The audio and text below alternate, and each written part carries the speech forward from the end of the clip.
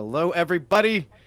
Broadcasting to you live from the Milky Way galaxy, the solar system, planet Earth, North America, the United States of America, Kentucky, Louisville, to be specific. My name's Brian, and this is the Agree to Disagree show on the TNAM network at the New American Media, because the news always matters. Today, of course, we have joining us Blake Walley. We have Stephanie Jackson and Mr. Ford Fischer. Where we go. Ta-da. Let's begin.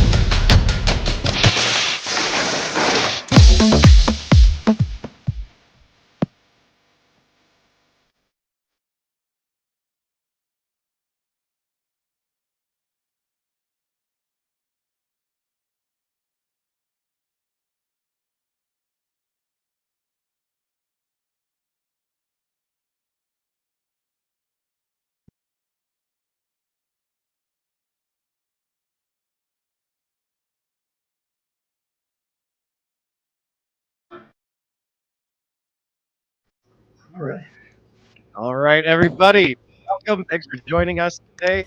Go ahead and make sure you're leaving comments. We have a chat section on the side of this show. When appropriate, we'll try to incorporate some of these into the program if we're able to. We're juggling chainsaws here. We got to make sure we're catching the right things, and sometimes we miss the comments. But participate. It's one of my favorite parts of the show. So today is going to be a unique program. First off, thank you, Stephanie. Thank you, Blake, for joining us for another episode of Agree to Disagree. We're bringing in special guest Ford Fischer of News2Share. That's the number 2. News2Share. Do you go like this, Ford, or do you go like this?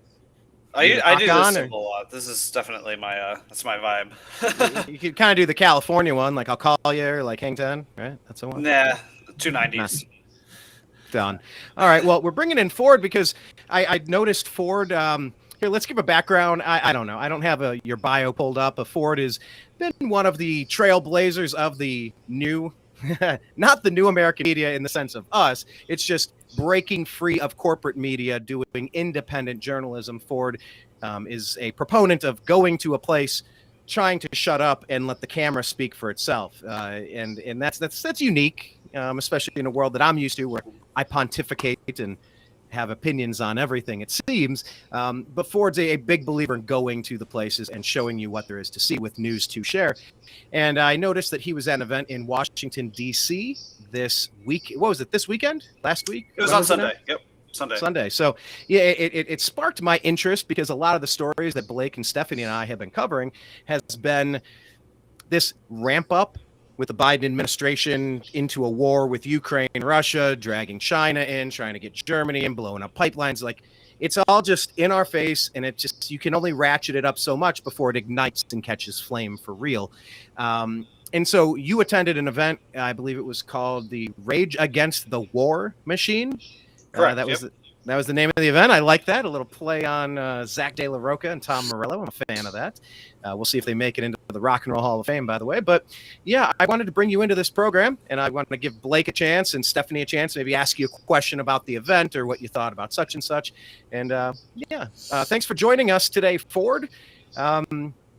Take it away, sir. I mean, introduce yourself and your channel. I gave you a little bit of a half-pass intro, but tell us what you do at News2Share, what the mission statement is, and about the event this week. So it's sort of funny. Last night I went out to dinner with a couple of journalist friends, and they were talking about there's this chat bot now that it exists, and one of them plugged in "Who is Ford Fischer" into the chat bot, and it actually answered. And at first I thought that it was just reading from the Wikipedia about me, but then it the words were unique. I hadn't heard them exactly as spoken before. But it was actually pretty accurate. The computer says, this is literally as written by a computer. Computer say, It's like you open up a fortune cookie. Computer say. Ford Fischer is an independent journalist and filmmaker based in Washington, D.C., this computer writes. He is the founder and owner of News2Share, a media organization that produces and publishes independent news content on social and political issues with a focus on protests and civil unrest. Fischer is known for his commitment to impartial and unedited reporting, and his work has been featured in numerous major news outlets, including the New York Times, CNN, and the BBC. I was so impressed. I entered that dinner kind of like, I don't know about this whole AI thing. It's dangerous. Like it could destroy the whole world. And then it wrote like a pretty nice little bio, like when asked, and like now I'm all good. Like send in the Terminators. Apparently they're on my side. Yeah, you're like, stop. He is known for his impartiality. Oh, okay. Tell me more. Maybe they're not so bad. Yeah. Okay, so yeah, I basically try to go to political activism events for a couple of reasons, both because I think they're important to document in a way that is raw primary source journalism. And what I mean by that is not that I'm filming them and then creating a presentation about my opinion on what happened. It's just raw video so the audience can draw their own conclusions about it. So, in the case of Rage Against the War Machine, I ended up with a 4.5-hour live stream. And of course, I had individual clips that I put out after kind of showing what individual speeches look like and so forth. But someone could watch my coverage and see the event beginning to end. By contrast, for example, last night, Rachel Maddow actually had about a 60-second segment about the same protest. And she basically described it as small and fringe. And she called it a pro-Russia protest, which like the people who were at it would dispute that label. To be clear, there were supporters of Russia, there were Russian flags, but it was a pretty wide coalition of participants. And the main thesis, I guess, of the event that happened on Sunday was that they don't want America to participate in a formal way, that they don't want the American government, that they don't want Joe Biden and the Congress using American taxpayer resources on the war in Ukraine, on the conflict between Ukraine and Russia. Some of these activists actually proclaimed that they felt that Russia was justified in its invasion of Ukraine, which I think is probably a minority position among most Americans and maybe even a minority position among people there, although it's hard to say. But regardless, most of them felt that whether or not the invasion was justified in some way, that American interventionalism is what they sort of stand against. And there was a lot of comparison to past conflicts, which have now become unpopular in retrospect, such as the Iraq War and so forth. And so it was interesting because the accusation of a Rachel Maddow or someone like that of if you're against that kind of participation or interventionalism, then sort of you're siding with the Russians. We've kind of heard that sort of rhetoric in previous sorts of demonstrations. Notably, it had the attendance of former Congressman Ron Paul, who has run for president as both a libertarian and a Republican, and served in the Congress as a Republican. Tulsi Gabbard, who is now an independent, but served in the Congress as a Democrat and was even the vice chair of the DNC at one point. And Dennis Kucinich, I might be pronouncing the name wrong, who was also a Democratic congressman. So it had a pretty wide coalition. Of course, there were people who were not from the world of politics, but a pretty wide coalition of participants. Nice. I think the coalition of a wide range of people is very important. If it's too wacky from the left, it's just a bunch of hippies. If it's too wacky from the right, it's just a bunch of war hawks. And I think you can, you throw the baby out with bathwater. You lose the message because of the messenger sometimes. And I think that is a really important part of it. Stephanie, you're up. Ask Ford a question, Yes. sir. Guide him along this journey. Yeah, welcome to the show, Ford. Thanks for being here. The question I have for you, what made you get involved with physically going to these events? Like, I know from personal experience being here in Phoenix, Arizona, I think it was like 4 years ago when we were having a lot of protests in downtown Phoenix, and Mike Cernovich came out, and one of the main things he talked about was that there's going to be these people in the crowd that will infiltrate. They're there to route other people up to have, to start a fight and make it where the cause doesn't have no voice no more. Have you ever experienced that? Yeah, so I guess that was sort of two questions. One about infiltration and exaggeration of violence, and then the other about just like how did I start? So I co-founded the business News2Share in college with another at the time student. The first event we actually covered was a protest that took place at the second inauguration of Obama. So essentially, I have been doing this work since halfway through the Obama administration. So I got one term of Obama, one term of Trump, and now we're going through the Biden years, and we'll see what comes next. But as far as the issue of people kind of ramping up the violence at an event, yeah, I mean, of course, like most events in theory, most individual participants will say that they were non-aggressors, right? Like Mm-hmm. it's fairly rare that activists will say we are a violent movement. There are some exceptions to that. So I would say that, for example, like the anti-fascist movement, commonly referred to as Antifa, is very decentralized, and so Mm-hmm. this doesn't apply to kind of all of them. But for example, on the West Coast, like if you go to somewhere like Portland, they would not describe themselves as nonviolent. They would say that they are engaging in community defense, or a diversity of tactics is a common term, meaning that in some cases they feel that preemptive violence is justified to stop whatever threat they feel that they're fighting against. However, of course, many peaceful events, or events that at least theoretically were going to be peaceful, end up being violent. And so, how does that happen? It's usually because there's varying risk levels, and also there's the exaggeration of anger that something is all has leadership, and then the leaders are gone, and then people get angry and kind of move along, and escalate. So it really, really varies movement to movement how that kind of escalation ends up happening. But it can be as small as one person that sort of makes that shift occur.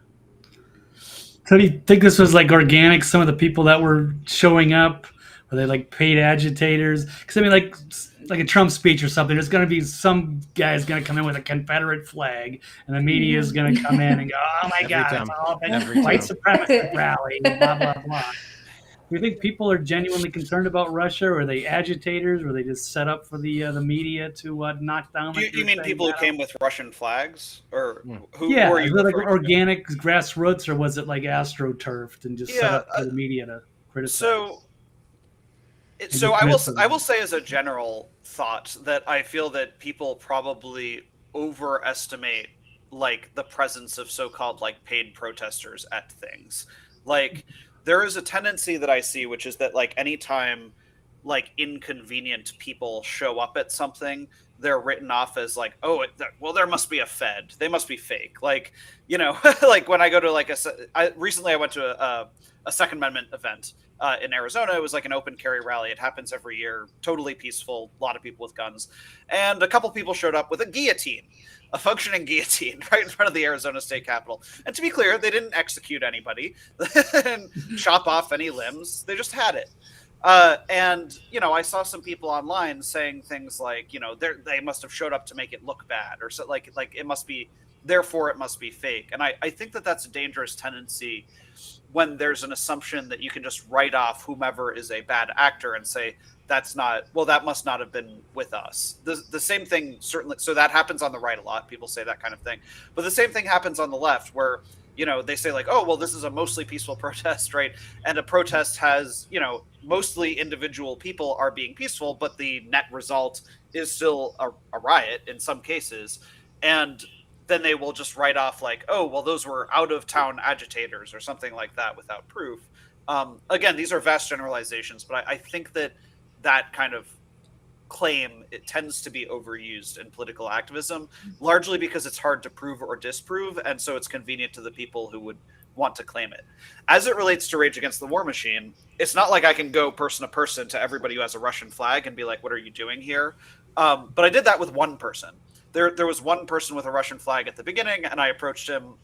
This was the first Russian flag I saw, and asked him, are you actually with this event, or are you counter protesting it in some way by sort of showing up ironically waving the Russian flag? And he was like, no, I'm here with a Russian flag because I genuinely believe that Russia was justified in invading Ukraine, and that it was an act of self-defense, etc. You can find that whole interview on my Twitter. But I have no way to prove or disprove the authenticity of what he was saying, right? Like, theoretically, if someone was trying to infiltrate an event like that, they might make those exact points in order to hammer it in that they're really one of them, to make them look bad. But like, I think that happens less often than people realize, to be honest.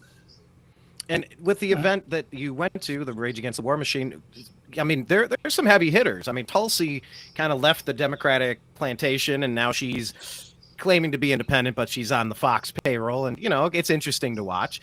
Ron Paul, I mean, a legendary force. I mean, Blake and I don't know about Stephanie, but, I mean, come on. He's the great-grandfather of people wanting to be left the hell alone. Who stood out for you on that day? Like, were there any particular lines that stood out to you? Any reaction from the crowd? Anything particular points that were made? So I think you'd probably appreciate this. Ron Paul basically, his speech was kind of rambling. Like, it was long, and it was kind of a little all over the place. But that's kind of what he does. It's okay. He's like our grandfather of liberty. He had a stroke. He's right. He's a stroke survivor who's still going out there. I mean, So he actually started off by saying, I don't understand all this technology too well, but he brought up artificial intelligence, and he's like, I know something about artificial intelligence because I served in the Congress. So that was pretty funny. That's a nice line. That got a laugh out of people. But he, the thing that was, he kind of like, he pulled things into, like, everybody there was anti-war of some various flavor, but he pulled it into how, like, end the Fed. He was saying, like, well, we should, if we want to end the war machine, then we should just end the Fed. And most of the crowd chanted along with end the Fed, which I think was interesting, because I would say that most of the crowd seemed to be representing themselves. There's a lot of libertarians, but most of the crowd seemed to be representing themselves as some flavor of leftist. Leftist. Okay. With that, yeah, I mean, so there were communist flags. There were various types of progressive groups there. Out of the 3 former members of Congress, one is Tulsi Gabbard, who is whatever she is, like you said, independent, but on the Fox payroll, but was a Democrat.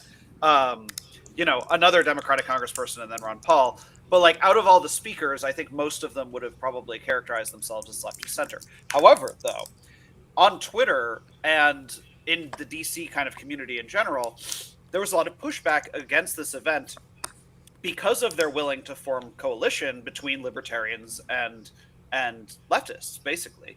And the claim among some on the left who did not want to go to this event and wanted to condemn this event is that essentially it was some kind of fascist entryism, right? That if you have a big tent anti-war event and nationalists are allowed, or people on the right, then you're interfacing with those people and accusing it, using terms as extreme as red-brown alliance, meaning like communist/Nazi alliance. With that being said, I did actually I noticed and then interviewed an individual who was there who actually had attended and was set to be a speaker at Unite the Right in Charlottesville. Matthew Heimbach, who spent most of the last decade as a prominent neo-Nazi, showed up with a Soviet flag, which was sort of bizarre, and sort of purported to have shifted from National Socialism, commonly referred to as Nazism, to patriotic socialism, which he says is different. So it is true that at best a recent neo-Nazi was at the event, or some would say still a neo-Nazi. To be clear, that doesn't mean that, it was public space. That doesn't mean that he was necessarily like invited or something. But a criticism that exists online is, if such people feel welcome, then why do they feel welcome? Have you encouraged, people who shouldn't be there into your coalition? Interesting. No, and I think Ford, let me pull this up here. This is on the New American Media Instagram here, about Ron Paul, how he brings everything back. So this is, what movie is this from? You guys have all seen this? I've seen this meme a million times, but I haven't seen the movie. Same here. Does anyone know what it is off the top of your head? I have no clue. I want to watch it, and I can't make this bigger because I'm not logged in. I apologize, but so he's sitting up in the front pew saying it says people living paycheck to paycheck. He's got the gun to his head from someone. That's landlords who are just living month to month. The gun to their head. It's the banks and the corporations living bailout to bailout, and then the sniper up in the top row with the his sights on the lady in the back. That's U.S. government living war to war. And you get into the Federal Reserve and you try to understand what good it's done for us, and you can't blame someone like Ron Paul for really kind of bringing it back home to like what is the key component here, and you just it's always follow the money. Who stands to benefit, what is the military industrial complex, and I couldn't imagine being alive in the 60s, during the Woodstock time, being a peace and love hippie. I instantly think of that scene with Tom Hanks at the reflecting pool and in Forrest Gump, and they're having their big event. I couldn't imagine what that was like. I mean, did this have a hippie vibe? Did it have like what kind of energy was there? Because we are ramping up toward a world war. This administration appears to be hell bent on doing it. I mean, was it tense? Was it aggressive? Was it confrontational? Was it, hey man, let's just smoke the joint and let's be cool with each other? No, it certainly wasn't aggressive, and it was angry. I mean, the first word in the title of it was rage, but it wasn't angry as directed at a specific person. The anger was directed at the state, or particularly a lot of people brought up the sort of notion that, typically war is governed by a vote in the Congress, or you could have Ron Paul was saying that he thinks war should be voted on by only 18 to 24-year-olds to see. I mean, I get the. It was an interesting thing that he brought up in it. Yeah. So I think that there was a sense of anger of feeling like that the government is doing things that are not representative of what people want them to be doing. But there was to answer the question about vibe, though, they weren't. It wasn't like smoking weed like a hippie fest. But at the same time, there was no violence to be seen. I don't think I really saw any arguing amongst attendees. I think the only real tense moment, I guess, was when they marched to the White House. I did film a clip in which there was a person with a Ukraine flag, and he had with him two other, I don't know if he had come with them or if they just sort of ended up together, but two Ukrainian women were with him, and they ended up getting into a fairly heated argument, attendees with this kind of random passerby or one who had a Ukrainian flag. So the accusation they were saying is why are you supporting Nazis? And one of them said to this lady, you're brainwashed. So, things got kind of tense in that sense, but that wasn't the vibe of the event as a whole. Gotcha. Ford, One question from Stephanie, then one from Blake, and we're going to jump into the news stories. Go ahead, Steph. Yes, my question for you, Ford, is what is the biggest takeaway you got from this event? And also, do you think we're heading in the right direction for these public domains where we could speak our mind? I mean, with all the protesting with Antifa in Portland and destroying cities and January 4th, do you think we're heading in the right direction, or do you think it's just getting worse and worse? Okay, so on takeaway, I think I would say that probably the takeaway was the ability of them to form a coalition on this issue. So it shows that probably the right wing has changed. The American right, I think traditionally is probably thought of up until W as kind of being the more militaristic, fighting America's enemies and what have you. I think that even though Trump wasn't really talked about, maybe at all, I can't think of a single mention of Trump by any speaker, that the MAGA movement probably changed the right's disposition toward foreign policy, where they are more likely to be anti-war, or at least anti-war to the extent that if a war is not perceived as directly affecting America, there's less likeliness on nationalist grounds to sort of participate in it. Again, libertarians have a combination of these viewpoints of being anti-imperialist, but also anti-spending the money on imperialism or spending the money on foreign policy. This event seemed to kind of have that wraparound effect where you had sort of true leftists, libertarians and right wingers who all have sort of the same policy platform, but for different reasons, actually kind of ending up sort of meeting in the same side. And their enemy in that, if you will, would basically be, I think, what you would consider like the establishment or centrists, right? Like neoconservatives, neoliberals, right? And just kind of essentially the American center. You had a second part to that question, and I forget what it was. Is it getting better or worse? Yes. Oh, yeah, right. The direction of free speech. Yeah. I mean, I think that free speech on the ground seems, I don't know that it's changed so much. I think that during the Trump era, there was a brief period of time, especially toward the end of it, where there was greater hostility toward media, partially driven by Trump, the fake news and all this kind of stuff. But then there was also, like on the far left on the street, there was sometimes apprehension about cameras. There's a claim, again, I'm mostly talking about like West Coast far left, but that like all cameras are cops, right? That like cameras are the enemy inherently. And so both of those things sort of jeopardize, press safety at events. But I would say that I haven't been really in a situation where I think that I was endangered as media in the last couple of years, nor that free speech on the whole was super endangered.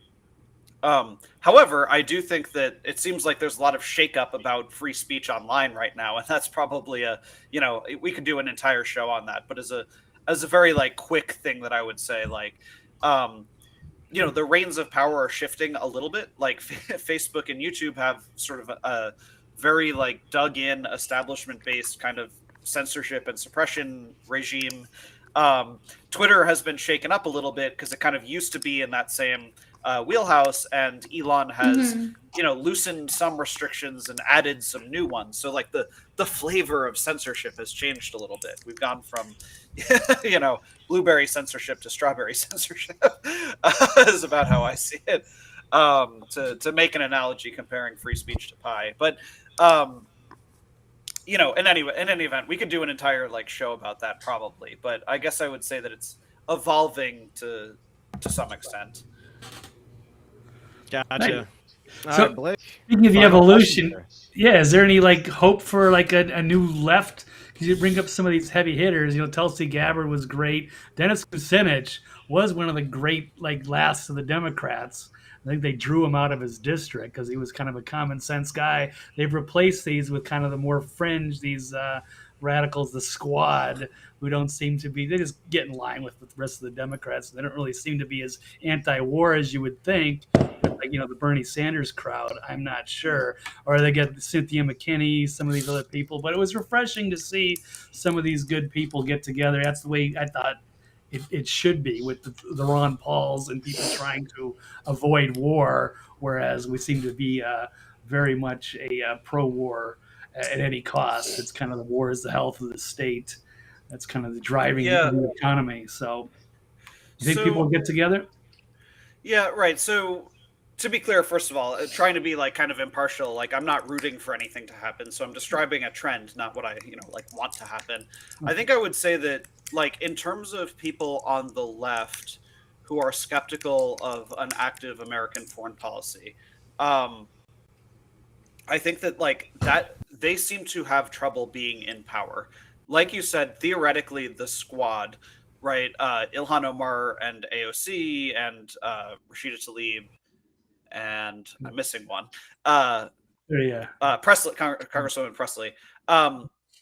They seem to have among the least hawkish foreign policy in the Congress. However, like when they had a letter that they signed, they had like an open letter that was saying to Biden that they were skeptical of unaudited money to Ukraine. Like relative to this Rage Against the War Machine rally, this would be considered like probably the bare minimum. Like this would be like a very small ask of like where's the money going, that kind of thing.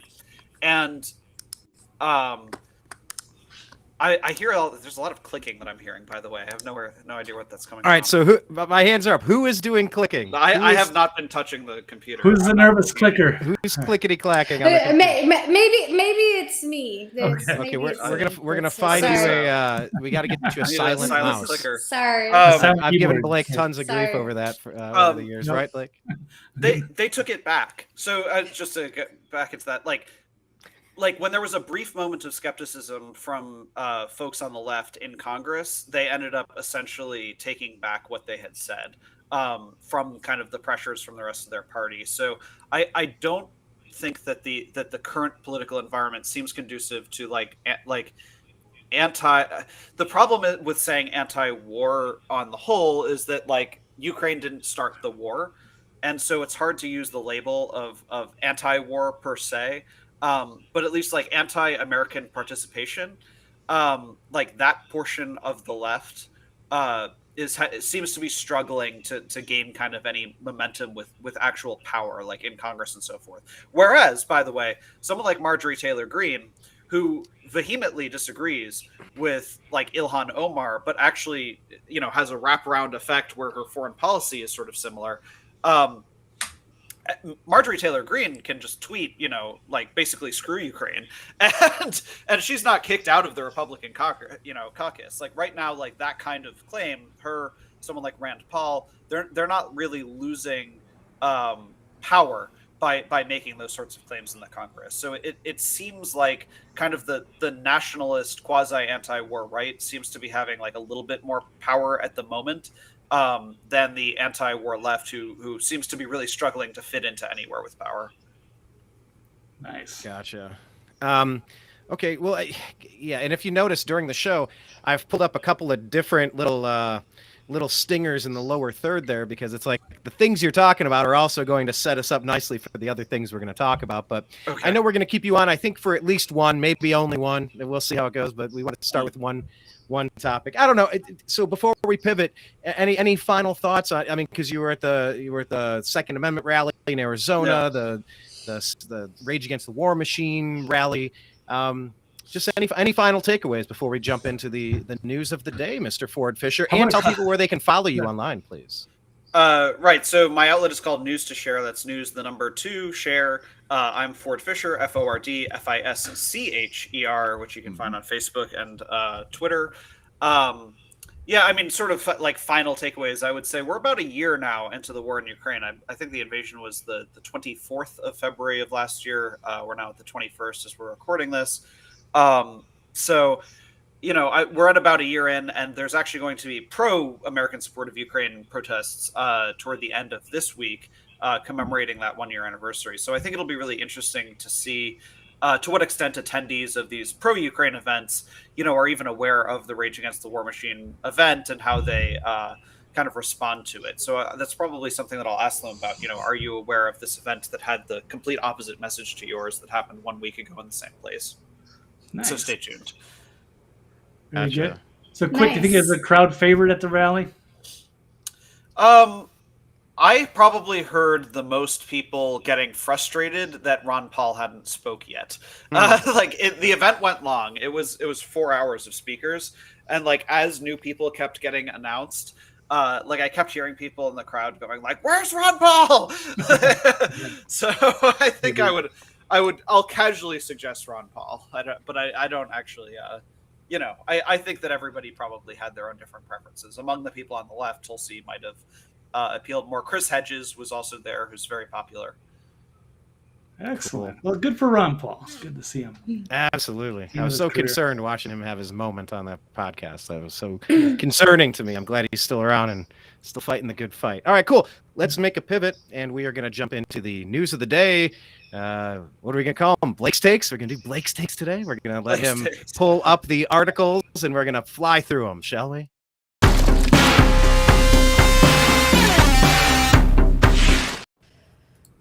Well, let's see if we can pull one up here. This is from Becker News. They set us up the bombshell J6 footage showing officers discussing non-uniformed agents, protesters pushing towards, and of course, We have the Epic Times here, recent release January 6th body cam video, increases public demand, all 4,000 hours. And that is going to be released exclusively, as far as I know, to Tucker Carlson as the J6 defendants. And then we'll see how it goes from there. So where do we think? Because we were all around J6 that day. It was quite an interesting day for all of us. Brian, Ford, you were right there in all of it. So what do you think about that, Kevin McCarthy? I think it's one of the great things also that there was, Matt Gaetz and Lauren Boebert. They held their ground about not getting McCarthy elected right away. They had to make some concessions, and I guess that was one of them. So it was great, even though they got criticized for waiting for a week and 15 different votes or whatever to find out who the speaker was. But that's what they were doing. And one of those things they got was all of this footage released. So I think that's awesome. Well, not yet. We'll see. Not quite. Okay, so here we go. Set us up on this, right. Ford. Okay, so I am a big fan of transparency, right? So as a primary source documentarian, my sort of whole thing is that I think that the public is the most informed if we can see the primary source. And as it relates to January 6th, primary source information means the videos on the ground, be it by videographer, like journalists and so forth, as well as surveillance cameras, body cameras, and so forth. I think I've lived that mission as well as I can. I've acquired both Blake's and Brian's footage, as well as shot True some story. of my own. So 3 out of the 4 people on this live stream have footage that has been published by me. Of January 6th. And I continue to try to find people who have unpublished January 6th footage and acquire it and get it out there. But at the end of the day, the 14,000 hours was the way it was originally described. Now it sounds like it's more than 40,000 hours of security cam and other types of state footage, such as body cam footage, exists of January 6th. And thus far, that has been basically put into a database that January 6th defendants can access, basically to the extent that it affects their own particular cases. So, of course, like, you have a right as a defendant to have all the evidence relevant to your case, and that seems to at least somewhat be being followed. It could be argued that every defendant should be entitled to all of the footage, but at least they've been given, generally, people get footage of themselves at January 6th for the purpose of their own defense.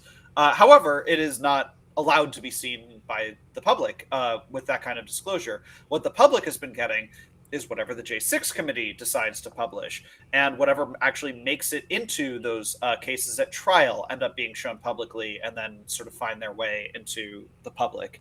But on the whole, it would do an enormous amount of value for people of really all political stripes. I should add, it's really the political right wing who has, for the most part, been calling for release the 14,000 hours, and now we know that it's more. Tucker Carlson himself on his show, I would say that I appreciated that he had been talking about Kevin McCarthy needs to do this, he needs to release the footage. So I was actually a little bit distraught when I saw the recent news that Kevin McCarthy is giving access to all of the footage to Tucker Carlson. And I'm not distraught because I think that in and of itself is a bad thing. And I don't mind him getting it first. I don't really care if Tucker Carlson gets the scoop or whatever. But here's the problem. He's one person. Even if you really, really love Tucker Carlson, even if you think that he's going to do the absolute best job that he possibly can, 44,000 hours of footage is one television program is not the way to get that out. So I don't doubt that he's going to be able to look through it and find some interesting little nuggets to put on television next week. But without actually putting it all out to the public, I think that it's not a disclosure, right? It is still some gatekeeper, even if you happen to like that gatekeeper.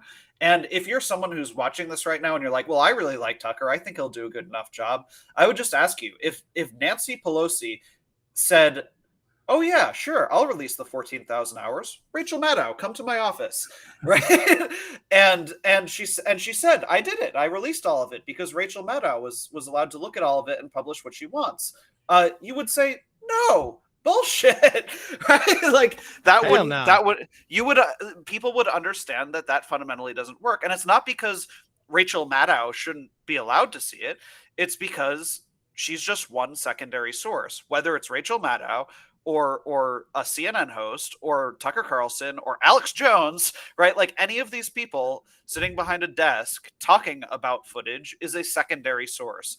I believe that the public is entitled to primary source journalism, footage, whatever. And so what I think should happen is basically just a WikiLeaks style dump, just boom, 44,000 hours comes out. And I'm concerned that Tucker Carlson has an incentive in a way to let it be just like this. If he has exclusive access to all of it, he gets the scoop. People watch his show because he's the only one with access to it. On Kevin McCarthy's end, if he doesn't really want to put out the footage, but he wants to make it look like he is satisfying a promise to put it out, this might seem close enough for a lot of people. And so I'm worried that this is the beginning and the end of that disclosure. And from my perspective, that would be totally unacceptable. Ford, so you having Tucker see the J6 footage, do you think it's just going to be all biasness? Do you not feel comfortable with that, or do you think it should be just given to the public? Yeah, so I mean, there are diverging media perspectives of the media talking heads about sort of what happened on January 6th. Mm-hmm. Tucker Carlson's perspective, when I have watched his stuff, is a combination of a few ideas. Tucker proposes, A, that it was a riot, that Trump supporters rioted, but other riots are worse, and so it shouldn't be that big of a deal. Mm-hmm. He proposes in some cases that there were instigators, that there were things that happened that made other people act in a way that they shouldn't act, and he wants to emphasize essentially what he sees as instigation, and that a plurality of people there were peaceful, basically. Those are kind of Tucker Carlson's talking points. And the thing is, you could, out of 44,000 hours of footage, you could probably find clips that support any of those individual points. I'm sure that he won't have a hard time finding people walking in an orderly way through the U.S. Capitol. Mm-hmm. But if somebody, punches a police officer in a security cam footage and he sees it, is he likely to highlight that on his program if that person has already pled guilty to a crime and is a Trump supporter and not an instigator of some kind? My guess is that he wouldn't, although other people would be interested to see it. If Rachel Maddow was given all of this footage, my guess is that she would not be inclined to publish the exact same things that Tucker Carlson certainly would. She'd publish sort of a complete inverse stuff. And critically, both of them could do that without lying, right? Like there were hundreds of thousands of people in D.C. There were tens of thousands of people probably like generally around the Capitol and at least a couple thousand people who went inside the Capitol. And it took place over the course of hours. So you could construct essentially any narrative you wanted out of all of that footage. And that is why I think no single person should be entitled to it. It's not an indictment of that. And I don't think I should have all of it. If I was given access to all of it, I would do everything I can to just put all of it out. I have no problem with people analyzing it, cutting it up, and making these little claims about it. The problem is that the public deserves the context to what has become one of the most historic, moments in modern American history. Absolutely, very well said. Yeah, I completely agree. It should have it. So I'll throw you a quick curveball. And how, if only one mainstream media host could have exclusive access to all of it that you would trust to give some of it, who would it be and why? And we'll obviously take Tucker out of it since he's already the guy. So if Tucker's out of the equation, right? Because Tucker be the guy though. Who would be number two? Well, wouldn't it be better to just have Tucker and Matt both have access and they could compete? And they could fight it out. Yeah. Are we allowed to break Julian Assange out of Belmarsh? Can we just WikiLeaks it? Like, is that like a cheat code for this? That's like rock, paper, scissors, shoe, and then there's always that kid who's like gun. Like, sure, why not? Nuclear bomb. If only one person can have it, what would you do? WikiLeaks, so everyone has it. I don't know. I mean, I guess I would say that like out of mainstream media cable presenters, Bret Baier is my favorite. I worked with him or for him in 2015.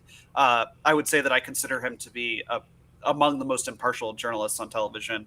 But I stand by, though, that I don't think that would be all that helpful. I think that the scope of footage makes it so that any television presenter is not really the way to analyze it. There are so many individual stories. There are individual people who haven't been identified who did little specific things in one clip. And if I had all the surveillance footage, I could follow that one person. What did they do the entire time? Like timeline one individual person's movements. There's no mainstream media reporter who's going to do that kind of exercise. So it's not about any individual one being good or bad. It's just that like there's no one person who could fully kind of account for what happened. Yeah, I mean, you'd need like what, 440 people each handling 100 hours each, or 1 hour each, whatever, 100 hours each for 4. You get what I'm saying? Like, if it's released, everybody can focus on their area. Like, all of the information would start rising to the top. All of the dog-eared pages, the bent pages in the book that you're reading. It's like then you got the highlighter, you got the parts underlined that are really important. That'll all rise to the top. Yeah, I mean, I totally understand why the number one name in cable news should, I understand how he is going to end up with this unfettered access in advance of anybody else having it. But, let's get on. Neither he nor McCarthy has actually guaranteed that everyone will have it. Tucker praised McCarthy before because McCarthy said that the whole public should have it, and Tucker agreed. Now, what was said was McCarthy is giving unfettered access to Tucker, and Tucker is saying how excited he is to be publishing that stuff next week. What I've been writing online, and I sincerely believe, is Tucker should use this moment to tell McCarthy that's fine, but that's not good enough. Like, this needs to all be fully disclosed. If they have to do it like Twitter files style or something at first, like have Tucker publish some stuff for a week and then disclose it all. It's not, I don't care that much about like exactly when it happens or Tucker getting the scoop or whatever. But I do believe Tucker should be using the enormous amount of power and platform that he's gotten in this moment to advocate its full release. And I have not seen Tucker say that yet. And there was a lot of speculation this morning, yesterday, that it was coming out.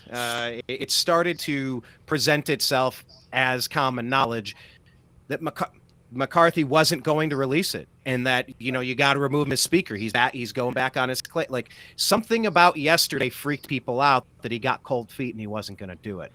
And then now the story is, okay, well, Tucker's going to get it. It's like, well, that's one guy. But that's worse if he says that's it. I gave it to Tucker Carlson. Promise kept. That would be really bad. Like Biden saying, I'm going to cancel student debt, and then he cancels student debt for students who went to one particular college, right? or canceled one student's debt. These are the sorts of promises that politicians make. But the difference is that usually politicians promise stuff that they need other politicians to work with them on. Kevin McCarthy can basically do this unilaterally, and every day that it hasn't happened is a choice that he has made not to do it, as far as I'm concerned. Yeah, that sounds a little bit like those, what was it, the 51 retired deep state operatives that came out before the election to say that the laptop is Russian disinformation, and now they're out saying no, we didn't say it was Russian disinformation. We said it had all the markings and earmarks of something we would typically maybe sometimes consider to be Russian disinformation. It's like, oh, you lying, sniveling bastards! Don't you dare! Nope, I am not accepting that. It's like Biden giving one person free tuition. Only if you went to Appalachian State. Everybody else piss off, So, yeah, I'm with you 100%. I don't know what is going on with McCarthy because I sensed a backtrack and a waffling yesterday. This is like the penance, okay? A politician backtracking and waffling on a promise? You're shitting me, Brian. Are you saying we can't trust the politicians? And the Easter Bunny, sadly. I know. All right. Well, look, I think we're going to agree here that this is not something where Tucker Carlson deserves full access to the footage. If he gets it in advance of everybody else, so that he can have his little goop. He's the number one name in news. Get a few of the big stories out there, and then it's released to the public. I think fine. So be it. Whatever. If it's only a couple day delay, like we can't have this stuff sitting any longer because there's people rotting in the jails that haven't had their day in court yet. They don't have access to all the footage yet, and that's just criminal behaviors. So I think they do. I heard that they were also going to get access to it as well. So yeah, I guess we'll see on the details on that. Again, I think currently all of the defendants are entitled to the footage that at least is deemed to be relevant to their individual cases. To them, right. So the question is like, does that mean that here's the thing just generally, if Tucker Carlson can see all of it, then the excuse to not release it that it would jeopardize national security. Like Tucker Carlson doesn't have a security clearance. He's a guy with a TV show, right? Like, so if it doesn't jeopardize national security to give it to Tucker, then it certainly shouldn't jeopardize national security to give it to J6 defendants, to give it to the public, to give it to China or Russia. Just China. Put it in the public. Like, I understand the viewpoint that they say of like, it could jeopardize security because once you put it out there, it's other countries see it, the public can see it, whatever.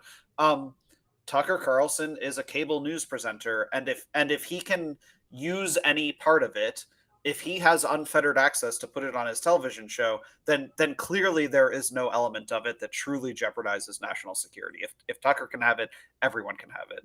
Okay, final thought. We're trying to move along with there's so many interesting angles to it. Right. You and I in pre-production, we were kind of discussing it, and I saw Adam Schiff, Shifty Schiff. What are the best nicknames for that guy? Pencil neck? I don't know. Whatever. I just like the guy. The guy is just he's completely full of it, and he was out there tweeting about the irresponsibility of giving footage to people. I mean, Ford, you and I were talking about it, and like the actual the logistical, potential, theoretical, hypothetical concerns to national intelligence for showing them footage and reverse engineering it. Can you just tell us how ridiculous this argument is, in your own words? Yeah, I mean, so I'm looking at. I didn't know that Adam Schiff had spoken about this, so I just wanted to. Oh yeah, he's getting roasted. He's Kevin trending for all the McCarthy wrong reasons as usual. January 6 videos to right-wing propagandist Tucker Carlson, a man who spews Kremlin talking points, suggests January 6 was a false flag and spreads the big lie. Make no mistake, this isn't about transparency. It's about fueling dangerous conspiracy theories. So, I mean, here's the thing about what Adam Schiff is saying. Like, someone could make that criticism, but the solution to that is to give it to everyone. Like, to repudiate Tucker Carlson, like what Adam Schiff should be calling for if he feels that way, that Tucker Carlson's going to turn it into propaganda for one side. Like, okay. I mean, I understand your criticism of Adam Schiff, but like, I think Adam Schiff should be basically saying, give it to everyone so that we can repudiate what Tucker is saying, right? Like, if you think that the footage won't show the narrative that Tucker is going to produce with his narrow use of it, then you could come up with your own narrative by having access to all of it. Have your little Adam Schiff team, make a counter documentary that proves Tucker's points wrong, right? Like I think you could have. That's supposed to be how democracy works. So I think he's, in a sense, he's barking up the wrong tree. He's making a problem out of the disclosure to Tucker. To be clear, my problem isn't with the disclosure to Tucker. It's the fact that could mean that it's not disclosed to everybody else. And I think that should be Adam Schiff's complaint. Your question, though, was about specifically like the security apparatus. The claim, and I'll admit that's a slightly different topic than that one Schiff tweet, because the Schiff tweet, so many flying this morning. The general claim, like the January 6th committee had promised to release all the evidence, and that was a quote. One of the members of Congress actually said on a show that they're going to release all of the evidence by the conclusion of the January 6th committee. And to be very blunt, that was a lie. It didn't happen. Toward the end, they released a lot of transcripts, but not all of them. And they also had filmed depositions. They didn't release the videos of all the depositions. And a lot of their presentations in Congress were assembled out of footage that they did not, release the rest of. So like the context of my footage is online, but they used clips of mine in their presentations. And it's not like there's some kind of reference in the J6 committee report to all of the places where you can find the context of the clips of mine that they used. I've even had someone who was in one of my videos that then was shown in Congress has said that he feels that the quote that Congress used was taken out of context. I've tweeted that, but for the sake of like history, people reading the J6 committee report are not going to kind of know that or have easy access to that context. They claimed that the reason that they didn't release certain other evidence, including transcripts and so forth, was about security. That there were national security reasons not to release all the evidence, and this has generally been the reason that they have only released select security camera footage as well, as opposed to if we released all of the footage, it could jeopardize national security. The ways that they essentially have justified that, and I realize people could probably go find case filings or whatever that have a more elaborate explanation, but basically the ways that they say it are, if we released all of the footage, then you'd know where all the cameras are in the Capitol, right? That would create a security vulnerability because we would know the angles of the cameras and whatever. So firstly, as someone who covers inside the Capitol frequently, there are cameras everywhere. Like it's kind of hard for me to imagine like practically any blind spots that one could find by seeing all the footage.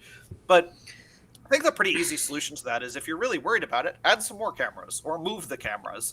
Like do whatever you need to increase the security, the surveillance. I don't think there's anything wrong with having extremely thorough surveillance inside the Capitol building. That makes sense to me.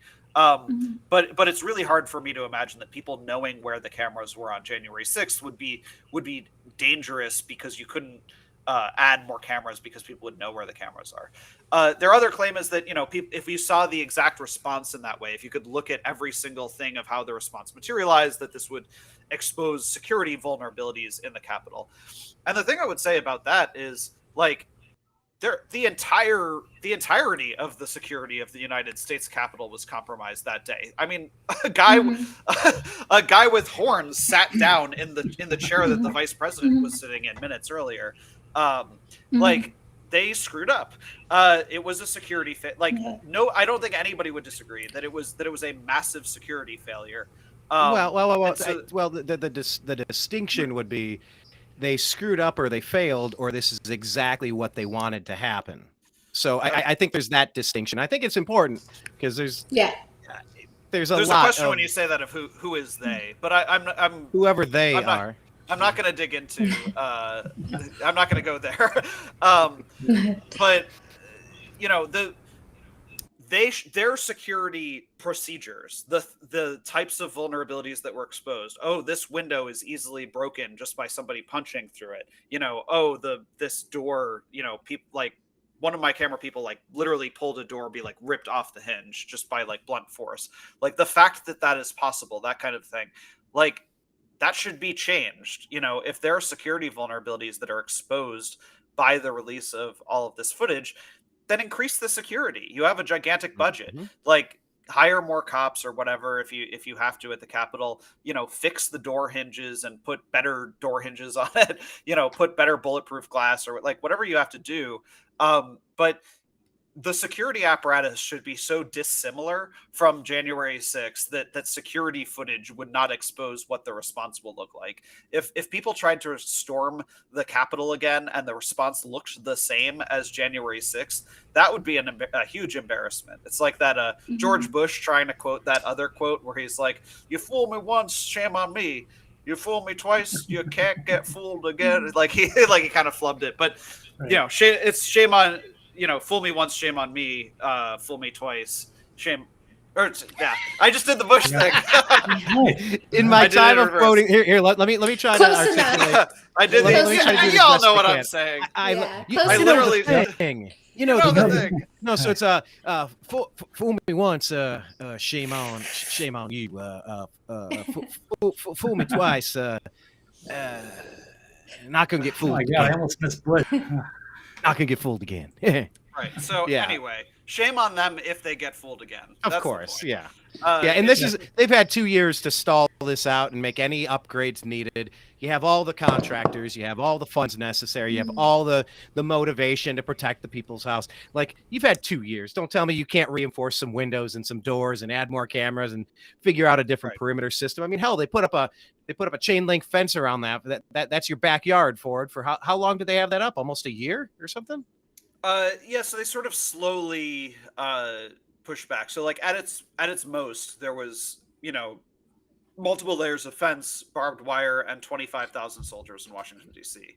At this point now they erect the fence around the Capitol for specific sensitive dates, State of the Union, January 6th anniversary, stuff like that. But it's pretty much back to normal at this point when it's a normal day, not a State of the Union or whatever. Gotcha. All right. Well, I think we're going to wrap it up for there, and we're going to move into Blake's takes, and we're going to fly through the world of news. All right. Final opportunity, Ford. You're bouncing, right? You don't want to stick Yeah, around. I'm gonna hop off. I might watch Blake's takes, as a viewer, but I'm gonna. Well, if you do, feel free to put something in our chat. I love seeing the chat active on the side. We kind of deputize Stephanie as in charge of chat moving forward. We'll see how that goes. But all right.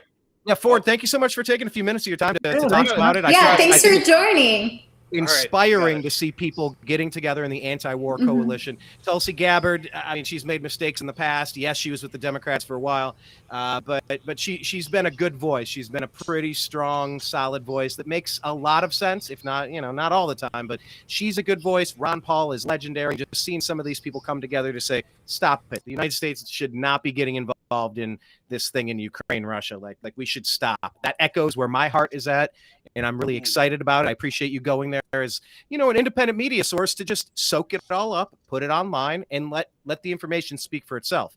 Like you said, Maddow can put up a 30-second clip and spin it her way.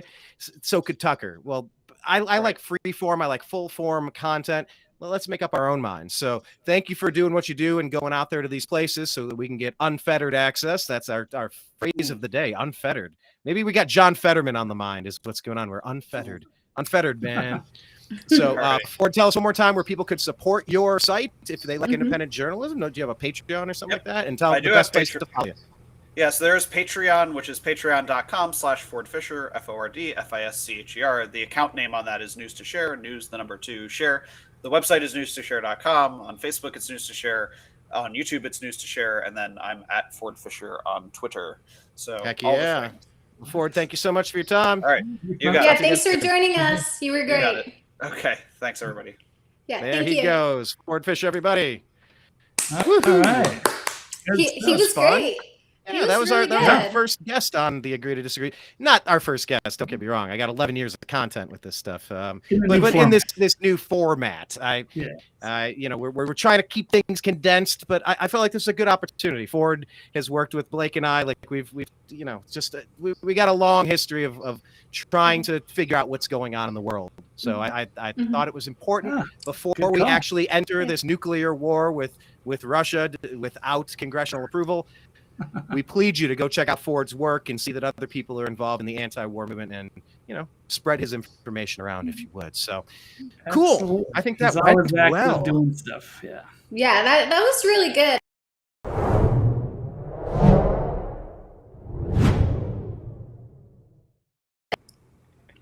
I had a itchy trigger finger there. No, you were saying, Stephanie, that was good. Yeah, that was really good. And then Brian, you said that because I know you and Blake were in Washington D.C. on Jan 6th. He was there as well with you guys, or he's works out of there, lives in Oh, okay. So he was definitely in the thick of it then. Oh yeah, he's always watch his footage. Yep. Pretty much anything that goes on in DC, he knows about it. He's there. He's filming. He's always ready to go. Yeah, well, I'm sure it won't be the last main thing that happens to Washington D.C. It's probably not. Probably not. Well, yeah, Ford's footage covering it. Yeah. Ford's footage was a little bit more World War I style. He was like in the thick of it, like he was in, like it was elbows and shoulders and projectiles and gas and like he was in it. I think Blake and I were the ravens circling around. You were far away. We were trying to get we were trying to get the perspective and the view and the scope and the scale. We were the snipers and he was the offensive lineman trying to get 1 yard so that you could get that touchdown. But it's the same game. We're just trying to get footage that people would be interested in seeing, original source footage. Nothing. We're not creating the news. We're just trying to see the interesting stuff happening at the place and sharing it with others. So yeah, good stuff. Go go check out Ford Fischer of News2Share. And if you want to go to youtube.com/thenewamericanmedia, you could scroll back and see several interviews with Ford and I. One of the questions we did not get to with Ford, and I regret that. If he's watching, he could comment, by the way. But one of the questions that came up, what were the 3 most dangerous places that Ford was filming footage? I mean, he's been in Ferguson. He's been in Baltimore. He's been in D.C. on J6. He got pepper spray. Like, he got a canister exploded in his eye at Penn State. So like, if we could rank, I said top 3, but maybe the Mount Rushmore of dangerous videography assignments. Ford, if you're watching, what's on your Mount Rushmore of 4 most treacherous, dangerous videography assignments in your career? I think that would be. He's been out of the country too. Yeah, he's been everywhere. Oh, that's right. That's right. Oh, over here, what do we got? Liberty Movement Radio. Do you know Liberty Movement Radio? I don't know them, but he says he's a big fan of Ford Fischer and News2Share. Excellent. Cool. Heck yeah. All right, cool. Well, let's jump into the news stories. Blake, I'm going to hit the first transition here, and then you're going to go ahead and take it from there. Let's just do a reboot, shall we? We'll do a reboot of what we're doing, and then we're going to launch into the news stories of the day.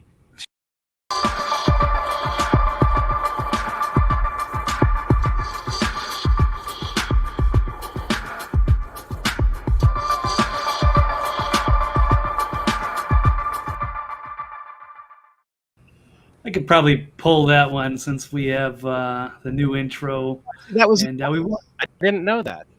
I thought, oh, that's no worries. We got 10. There's only like room for 10 videos, so we definitely need this. So I'll clear that one out. okay, cool. Wasn't the classic agree to disagree? Oh, I have a new one here. Here we go.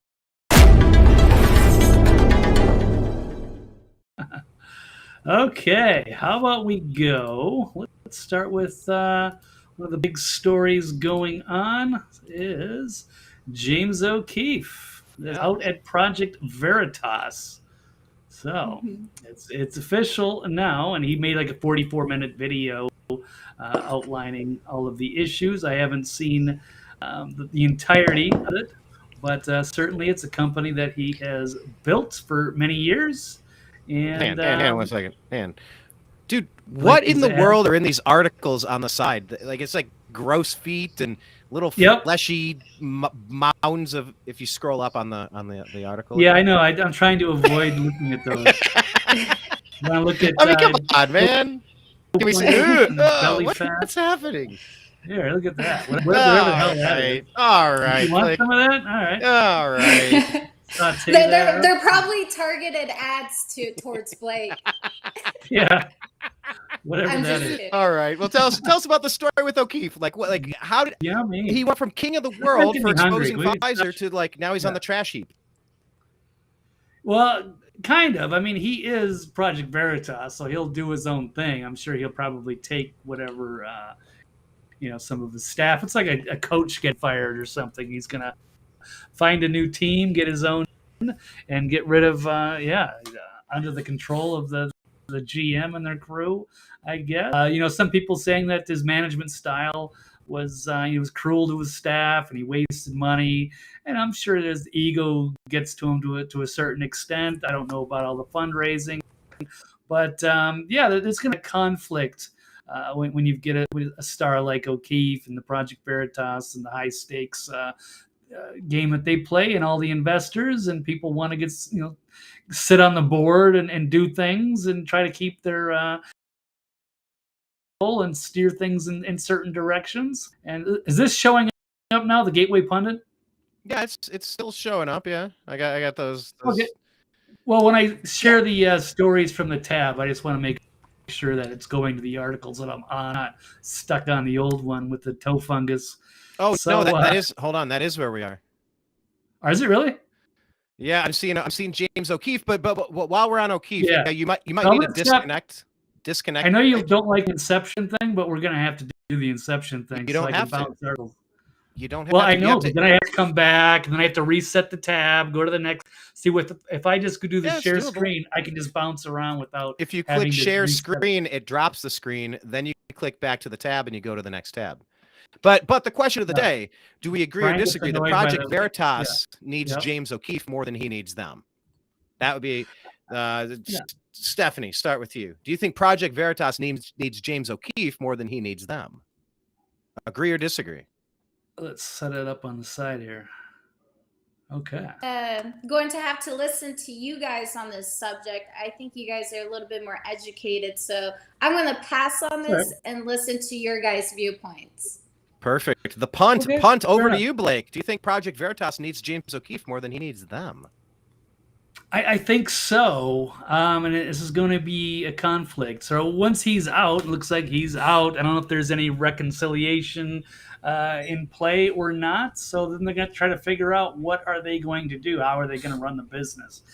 Now, there's been a mass exodus of the followers on Project Veritas. People are discarding them. They're going to go follow James. That's great. We can pick sides, or maybe we can have both, depending on what they're going to continue to do. I just don't know if they're going to have the donors. I mean, if they're going to send out an email today asking for donations like they often do, are people going to respond to that? Because we don't even know what they're going to do going forward. They've had a few other people do the man on the street kind of thing, or do the investigative journalism, but they don't have the star power and the charisma as James O'Keefe. So I just don't think it's going to be nearly as good.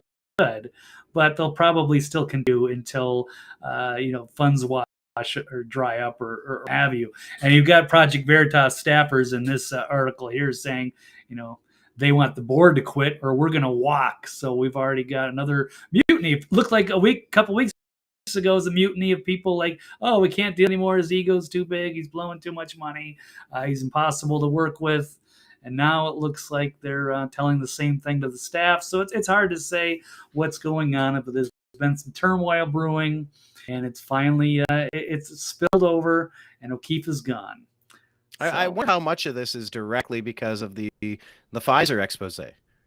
I mean, everything was hunky-dory until he went after Pfizer. Like, who got their panties all twisted because of Pfizer? I mean, a stupid drug manufacturing company. Like, one of the least, I got to find out, like, you usually see these polls and they'll say most trusted profession, least trusted profession, so congressmen and lawyers. I'd really be curious to see where Pfizer executives would rank on this. Fauci, the CDC, after the years of falsehoods that they've been claiming and purporting as fact. And if you dare question them, you should be banished to hell, and you should lose your job, and you should be excommunicated from society. And this is pushed so that they can make some money. And that's you gotta think these are some of the least popular people on planet Earth. But what do I know? It just sure seems coincidental to me. You go against Pfizer and you get thrown out of your own company. I don't know. I think on general principle, it's the same way I feel about Ron DeSantis, Blake. You and I, we've talked about this before. If Ronnie D, what you got in your fridge? I don't know. OJ, purple stuff. Ooh, Ronnie D. Sonny D. If Ronnie D wants to get into this race in 2024, and now with the backing of George Soros, by the way, you know what? He's going to be dead to me in 2028. I'm not going to give him support. If you want to go this way and be a clown and go against like a unified movement, laser focused on removing what's happening for the past 2 years with this Biden-Obama puppet Soros regime thing that's just wrecking everything they touch. If you're going to take us off path with that, you're done. I'm done with you. And, I just feel like in instances like this, I think that the general public should support someone like James O'Keefe for the work that he's done, for the legacy he's provided, for the energy he's put into it, for just really moving the ball forward and progressing the movement. And I don't want to reward the hostile takeover of his own damn company, because if you reward the people that pushed for lockdowns, if you don't vote them out of office, these people are going to do it again. And that's what I'm against. I got to make sure that these people are not rewarded when they do things that are abhorrent and destructive to the cause of liberty and freedom. So, same thing with Ronnie D. Don't you dare run in 2024. I got you in 2028. You're doing some good things. I think you got talent, kid. But don't you dare jump in and muddy the waters. The only good thing you can do here, this is built for the rematch. This is the rematch. Back him, unite the party behind him, and you're a winner. don't, and you're a Soros-backed loser. So this is the same thing with O'Keefe. I cannot reward Project Veritas for kicking the guy out who started that entire company. I'm not going to do it. I'm not going to support them. I'm not going to share their stuff. I'm not going to be happy with it. I am actively unhappy with it, and I will say so quite loudly.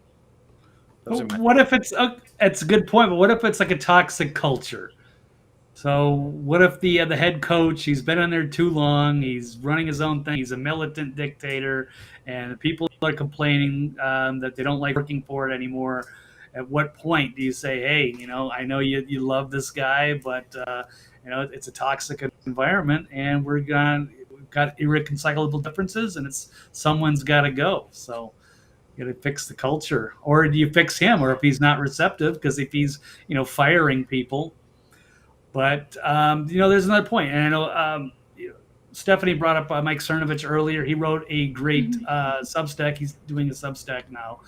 He talked about this O'Keefe thing, and the suspicion, the timing is suspicious with the Pfizer thing. It may or may not be a coincidence, but he's saying that some of these people that come in, they say, hey, I like what you guys are doing. I want to donate a huge amount of money, but I also want a seat on the board.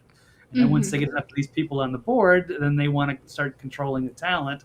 And then you have a conflict there. So that could have been part of it too. I really don't know. The truth is probably somewhere in the middle. Yeah. Absolutely. Yeah. So I love O'Keefe and what he does, but maybe he's not somebody you want as a boss. So he's a real ball buster. But you got to appreciate some of these guys who have tireless work ethics, and they've been just, impressive amount of work that they've done. And he certainly is, one of the top journalists we have out there. I'd say find me a successful boss that doesn't, in some circles garner a bit of a reputation as being a bit of a ball buster. That guy's a little high strung. The culture around here would be a lot better if I could get away with more. If I could do less work, I feel like this would be way more enjoyable. Like, that's what Twitter was. It was all deep state operatives and 1,000 purple-haired freaks that were just deleting everybody's access to the largest newspaper in the world. Well, talk about culture. I don't know. I'm going to agree that Project Veritas needs James O'Keefe way more than he needs them, and I'm going to be rooting for James. It's so weird when you watch people get thrown out of their own damn companies. I'm just not a fan of it. It really elicits something venomous inside of me. I dig in. I'll brace myself like a cat going into a bathtub, like going out the doorway, and I'll just arms on each one. No, I'm not going in there. I'm not going along with what they did to Veritas did O'Keefe. So yeah, that's my stance there, and we'll see how it shakes out. Team James, as Dr. Jekyll is saying. Yes, Team James. Yes. All right. Any final words on this one, or you want to bounce to another, Blake? Stephanie, any final words after listening to us bloviate? I would say it just really gives me Sam Bankman-Fried vibes with the FTX. FTX didn't have a board. He said, I am the board. And the main reason why is that if he had a board, then people would be like, maybe you shouldn't be funneling $200 million in property in the Bahamas. Maybe you should be not playing League of Legends when you have billions of dollars on the line. But he had no board. He was the board. And look where it got them. So. Oh, how do you set something up, structure it in a way where you can keep checks and balances within the company? Yeah. Definitely. All right. Well, good stuff. Should we? We'll zip on a quick one on the next subject, but it's very related. How about? Are we?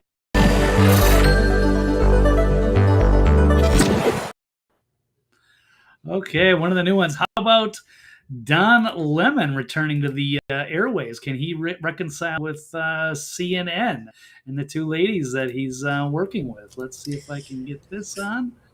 Here we go. He says he'll be not returning to air until he completes formal training due to his quote-unquote sexist remarks about Nikki Haley, according to the network's boss.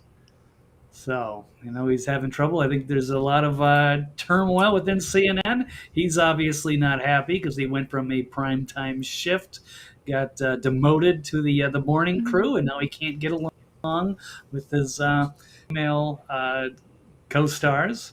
And then he keeps making dumb comments, and he looked this thing up on Google saying that Nikki Haley was past her prime. So, which they obviously took issue with. So is Don Lemon, can Don Lemon, will CNN exist without Don Lemon, or does Don Lemon need CNN more? In the same vein as the Project Veritas. Yeah. I feel like this is going to hurt CNN more than in any form, because just for representation, there's not that many African Americans, and especially having the male voice like that, I'm just sad to see that voice go. But the biggest thing that I find it the most hilarious, basically Don Lemon has to go through this whole training and classes about wokeness. So when he comes back, all of a sudden he has to treat women different. All of a sudden he has to show like how good what grade he got in wokeness class, A+. I mean, how is he going to act after that? That's going to be really weird, and I just don't see that working out. And I think they just lost a very vital, important voice in the community, even if he didn't agree with everything he said. But at least, I mean, he's not the only one that has said these things, and people have said way worse. But right here is all about wokeness. He's going to wokeness class. Well, we could argue that he was kind of woke before, but now this is going to be just humiliating that he's going to have to do this sort of training and then come crawling back to his job at CNN if they'll have him back. And I guess he could be an asset because he's minorities. You know, seems like a nice charismatic, but I mean he's also reading like hardcore propaganda. So you know, and there is a compilation video if you go back and you want to find Don Lemon giving different takes prior to Trump. He made a lot more sense before he himself had to spoon feed everybody all this anti-Trump BS, all this super woke propaganda, just lies. You know, he's reading deep state fiction as if it were fact. The president's calling Nazis fine people. Never happened. The president says a drink bleach. Never happened. It's just go down 45 things. So, you know, he's been talking bullshit for a long time. And I know that's so redundant. I love when the snake eats its own tail. I love when people who thought that they could be virtuous, the goody good wife back in the 1600s, my neighbor, she's a witch. Throw her in the well. I'm so good. And then one day someone points a finger at her and she's like, eek. Yep, it's your turn, sweetheart. That's what you get for playing this Viper game. So I love seeing woke eat woke, snake eat its own tail. I love it when they try, you know, it's an Olympics. It's what do you call it? There's a few different terms for it. The wokeness Olympics or the tribal politics Olympics. You can't out woke. There's always going to be somebody woker than you, somebody more aggrieved, somebody who can't take a joke, somebody a comment doesn't land right, and now you are now the one who is ruined and may not work in this industry ever again. How dare you breathe air? I love it. Please, more of this, more bread and circuses for me. I'm such a big fan of the snake eating its own tail. I can't wait to see what happens next. Lemon seems like he's on his way out the door, almost like he's trying to get fired. We'll see how it shakes out. But it couldn't happen to a worse network. Bravo. I'm eating my popcorn. I'm the Michael Jackson gif, just enjoing myself. Maybe he is trying to get fired. I never even thought of that, because I mean, if he is trying to do it in that type of form, like maybe he gets like some type of money, you know, but it has to be done in a certain way. So I want to take, that's a really good point, Brian. Yeah, there's something that came to my mind. It reminds me of the George Costanza episode on Seinfeld. Yeah, he's trying to get fired. Yeah. Yes, he's trying to get fired, you know, anyway, I'm loving it. I can't wait, because the beauty of this story is it's gonna be in the news again, whether it's tomorrow, the next couple days, it will be back up. There will be updates on Don Lemon, and I'm here for it. I am so here for it, because you've earned it, you jerk. You've been peddling garbage to the world. You've been a racial arsonist. Your fiery but mostly peaceful protest. You can cram it, buddy. I am so glad you were finally getting goody good wife during the Salem witch trials. Ha ha! You earned it, jerk. And you CNN, bravo. Light it all on fire, just like you tried to do to America in 2020 because you thought it would hurt Trump. Piss off. I'm loving it. Awesome. Great story, Blake. What's next? He finally slid off of Chris Cuomo's coattails, and now he's drowning. I'm here for maybe he'll get a job at MSNBC. We shall see. Maybe. All right, next topic.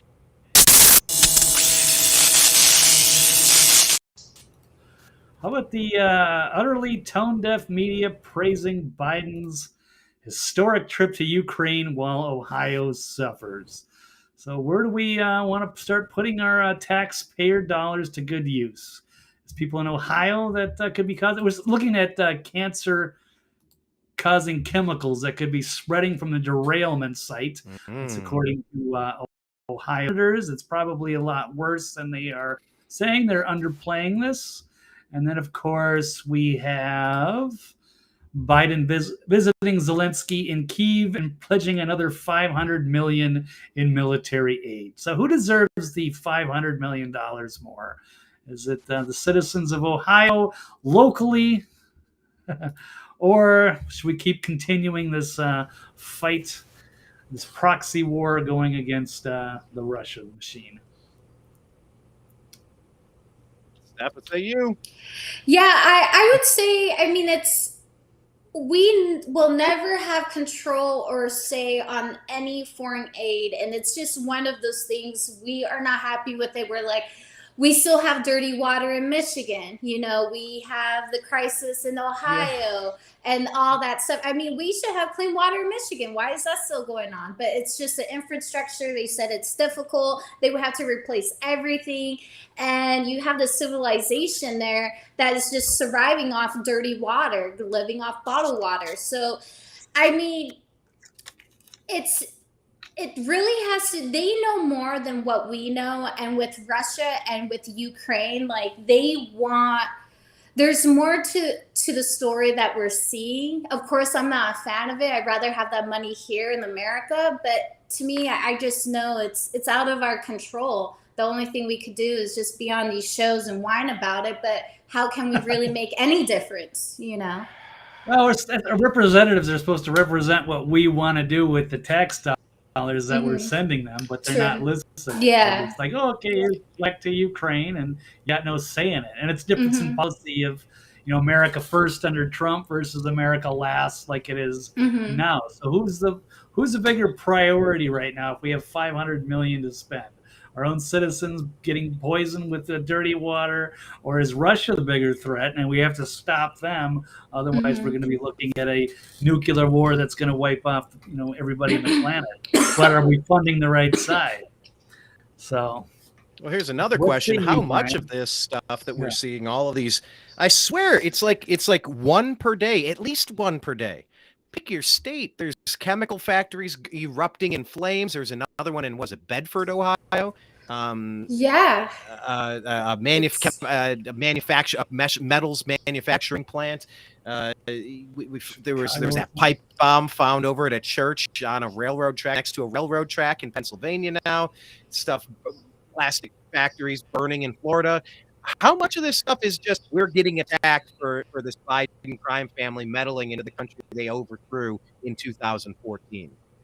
Is it just the sleeper cells destroying this country from within? Is it just the elites trying to buy up the farmland and keep us docile and scared and afraid? Or are we just literally under attack? We're in a World War III and people are having a hard time coming to grips that the war has come to our homeland for the first time. These World War I, World War II, these are it's just the beaches of Normandy. You just fly a plane over Hiroshima. Well, it's a little different when my water company is sucking off of the Ohio River 300 miles downstream, and you call them and it's like, well, Cincinnati shut off the intake to the Ohio River. You didn't. My water's bullshit now. What do I do with that? We're all starting to get connected to one of these disasters. Oh, another poultry factory erupts into flames. Just an accident. I don't know. Maybe it was lightning or something. Oh, it was lightning. Okay.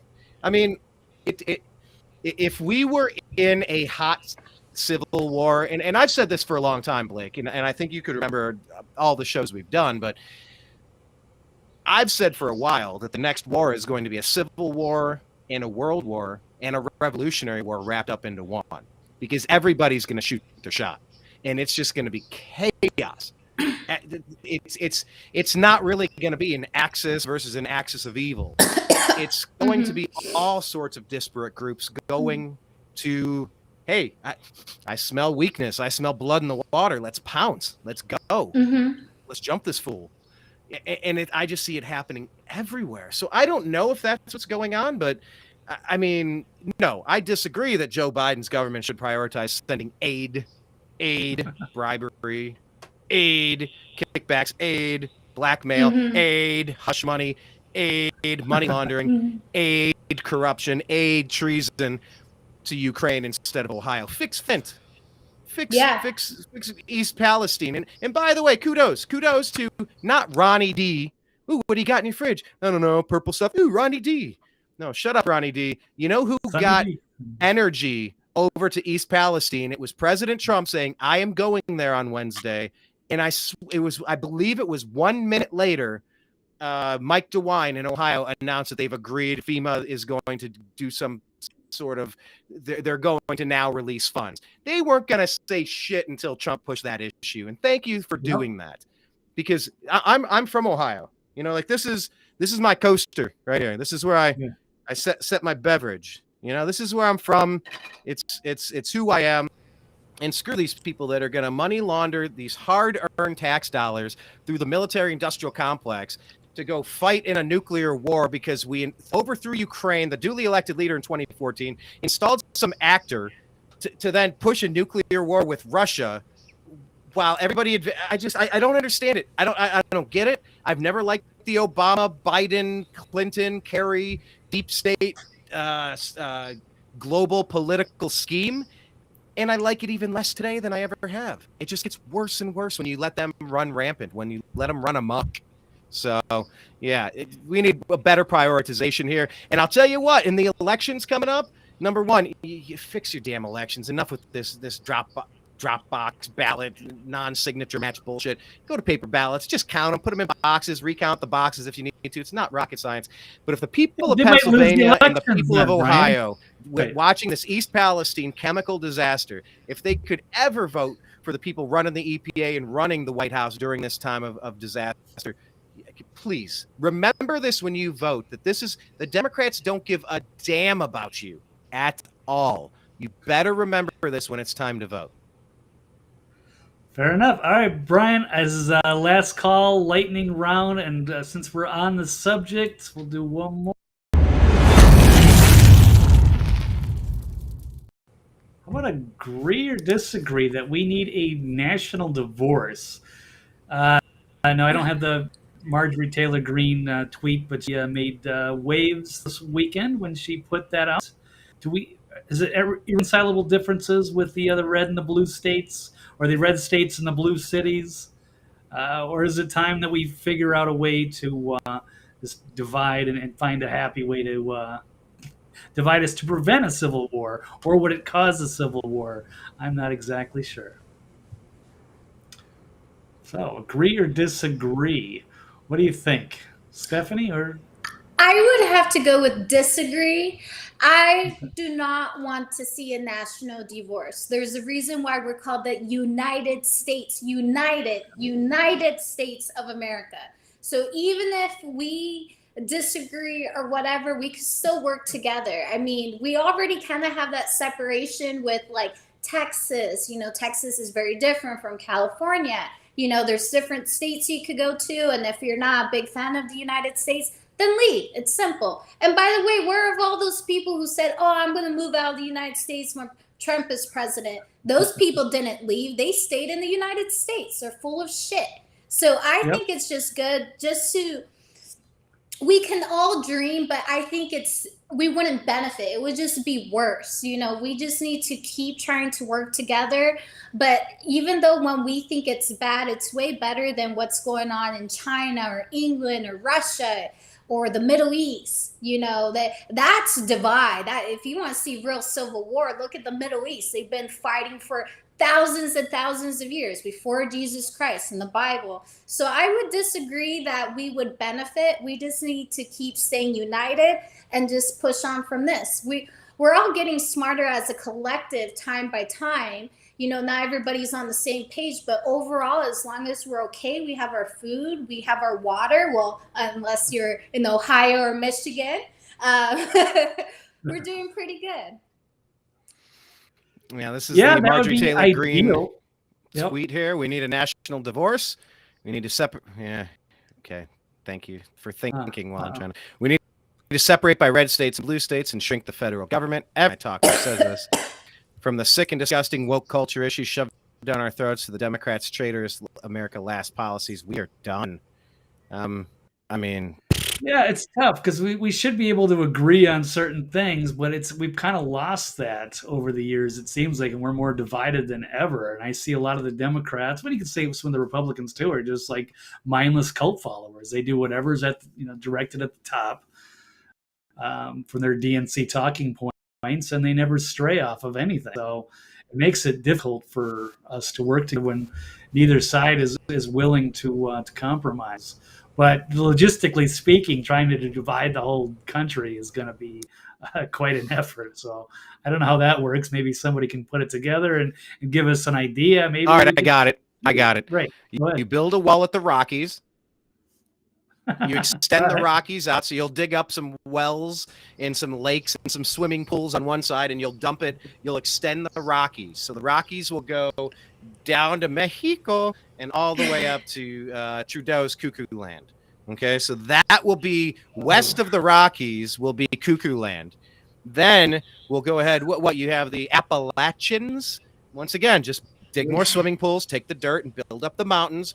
Build a wall, the Great Wall of Appalachia. And then you'll have the Cuckoo Land to the east. And then you'll have everybody in the middle with the Mississippi running through the middle of it. That's it. You get your two coasts. And then I guess, they could probably put I got it. They'll finally put their bullet train. The lefties, these blue states, they love pushing for these bullet trains that are massive boondoggles. I lived in LA for 15 years. They're always talking about it. It's a slow speed bullet train to nowhere. Put one at the top from like Maine to Seattle or something, and you just cross through Trudeau's Canada, and then you guys stay connected. You can keep a little patch, do like a little non-Keystone pipeline because they don't like energy or something, and then they can stay connected at the edges. We'll have the middle of the country. It's very doable, guys. Come on, I'm sensing hesitancy from you, but I think it would be so feasible to. I'm kidding. It wouldn't be feasible in any way, but.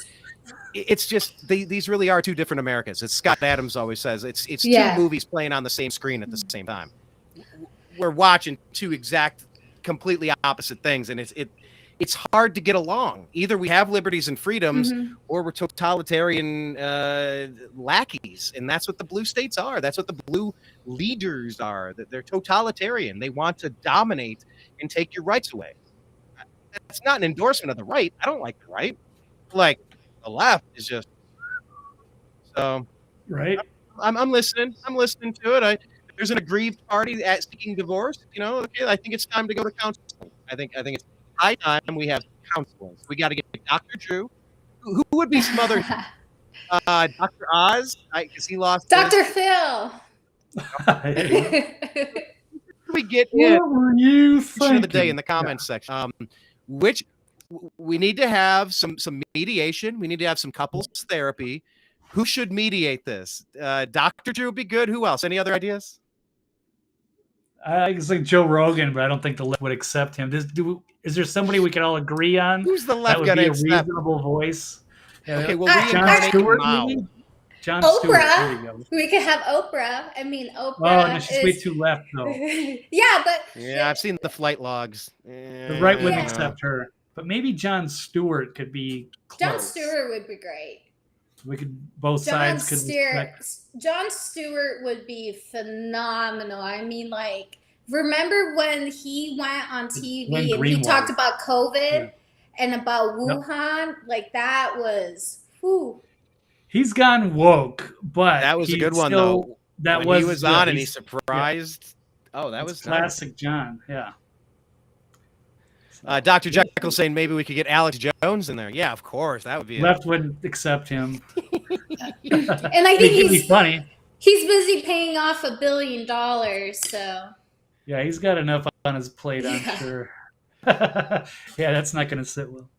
Yeah, he might be a paid off a shill, but he was one of the great voices for the left. He made the Daily Show great. But yeah, the last couple of years, his new show is really gone off the rails. It's after his long hiatus, because I think he wanted to get away from all the crazy leftist stuff. But yeah, I don't know. Yeah, if we can think of something, I'd like to lay that out or see different proposals, and we could vote from there. I'm not sure, but I do know I have to run. So it has been a pleasure. Did you have Brad, that last story? That last story. What one final word? Final story out the door. There was one. Oh, one final story. Sure, I can hit that real quick. Do it.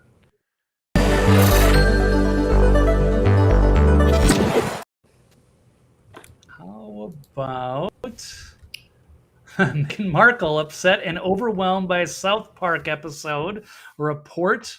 Oh, I thought I had another clip too. So they're thinking about the Duchess of Sussex.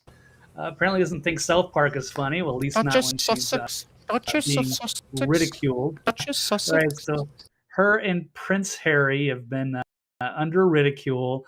They don't want their privacy, but of course they just love showing off. They're very narcissistic. They're on their Instagram. They want all the attention, but as soon as they get some attention, then they freak out that they want their privacy. They got roasted on South Park. Oh yeah, here it is. Like here's the cartoon. Leave us alone. All lit up, and yeah, that's typical. So I think it's pretty funny. Stephanie, thoughts on that one? Definitely. Oh wait, she bounced out she of the disappeared room. again. Yeah, I know. All day. Oh, there we go. Yeah. Every time you click your loud mouse, it bounces you out of the room, and we got to bring you back in. Yeah, no, it's a connection thing. It says it's always reconnecting. It's part of you guys, not me. Yes, probably. Yeah. But yeah, no, I find this so hilarious. I mean, classic South Park. I did re-downloaded Hulu just to watch it. I probably watched it 4 or 5 times, and it's just hilarious. And that the best part I would say is at the end where Harry's there talking like, well, we don't have to do all these millions of dollars on Netflix. We could live a normal life. We could just be normal. And he's talking to Meghan, and Meghan's just there like blank stare like da da. And then he's like, Meghan? And then he opens out the mouth and he's like, hello. And it was just a sound of hollowness, echo-ness. And when I saw that, I was like, dang. But hey, they just got paid $900 million from Hulu to do like 6 seasons. So, I mean, for South Park always coming up with South Park, ideas, yeah. I thought you meant Harry and Meghan got 900 million. Okay. No. They wish. They wish. Okay. Oh, they'd take that TV show and deal in a heartbeat, yeah. But yeah, no, I thought it was hilarious. And honestly, I hope they do sue them because they're not going to win. Because you know what? South Park has way more money than them. And honestly, if I were Harry, Meghan, I wouldn't want to. I need to save all that money I made from Netflix for all of our security. Because he just wrote a book called When. Definitely. Yeah, I haven't seen the episode, but yeah, I definitely need to jump out there, and I have a lot of penance to be paid. I am sorely behind in my South Park watching, but yeah, yeah, they're on like Paramount now, so I don't even know where they're. I know it's so hard to find anybody. I do have Hulu. Yeah, maybe through Hulu, but yeah, I think it's hilarious. Kudos to the guys at South Park for like really giving us the information we need when we need it, so that we can call to attention all the absurdities, which is essentially what the three of us have done today with the help of Ford Fischer from News2Share. That's the news, the number 2 share. Tell us where you want people to follow you. Blake, on your way out the door. Stephanie as well. Yes. TV's Blake Walley on Twitter. And I'll be there, and eventually I'll get my website up to date. But gotta run. I love you guys. Take care. Deuces. Where do you want people to follow you, Stephanie? Oh, she's frozen. Oh, she froze. Uh-oh. Okay, well, Weird. go to youtube.com/thenewamericanmedia to follow us. Well, there she is. And Oh, is she come back in? yes. Quick one, Yeah, quick. I don't know why it's Then doing let's that. go. It's just going All right, in and guys. out. But all right, bye, Blake. Have fun. Later. Where do you want people to follow you, Stephanie? Yes. You can find me on Twitter at Stephanie with 5 E's and the letter J. So STEEEEEPA. STEP. Just Stephanie, 5 E's at the end, letter J. I thought it would be easy, but I feel like I'm always adding a 15-minute conversation. Yes. So I guess. All right, we'll follow you there. Final thought here. This is from, let's see, MJ Sedona. Horrifying to hear about the explosion in Ohio at the metal plant and that people were hurt. First contract was $50,000. Second contract found with Department of Defense. Schumann and Company, $300,000. Yeah, tough one. Yeah, we'll come back on our next show and kind of get some of the aftermath there. Don't worry, I'm sure there'll be plenty of more explosions and derailments while we're attacked by who knows. But I digress. Yeah, I mean, it seems like they're happening like every other day. Yeah, it sure does, and that's why it's more important than ever that we get together on a regular basis and chat. We discuss what's going on. We try to figure out what's accurate, what's truthful, and we try to separate the BS from the facts. We just want the who, what, where, when, why, and how. So, all right, I'm going to sign off for now. We did it. We went under our allotted amount of time, and we had a guest for an hour. We were very focused today. I think we essentially had 2 different shows. It was kind of fun. Any thoughts on that format today, Stephanie? I thought it was pretty great. I think there's some things I'll talk to you after live if you just got a few moments. But yeah, I thought it was we should definitely have that guest come back on again. He was really good. Yeah. I love seeing the new breed of journalist emerging from the ashes of the old American media. I'm a pretty big fan of that. And yeah, I've been we've it's nice connecting with people who share at least some sort of overlap of ideological consistency. We're just trying to look for a better existence in this country and across the world, throughout the cosmos. We have genuine concerns based on fact, not just scare tactics and fiction. But Ford does a lot of good work. I always tell him he needs to be more careful out there. You're around the crazies too often. Yeah, Definitely he's got being on the stories front for lines. days about all that. But yeah, we'll have him back, and we're going to keep doing this. I'm going to bring more guests in now that we're kind of getting familiar with the setting, the format, all the bells and whistles, the introductions, the transitions, the taglines at the bottom, all of that. So anyway, all right, cool. Well, then let's sign off for now. We did it. Right, we had a very guys. focused, efficient show, and we will see you on Thursday at 3:00 here on take care.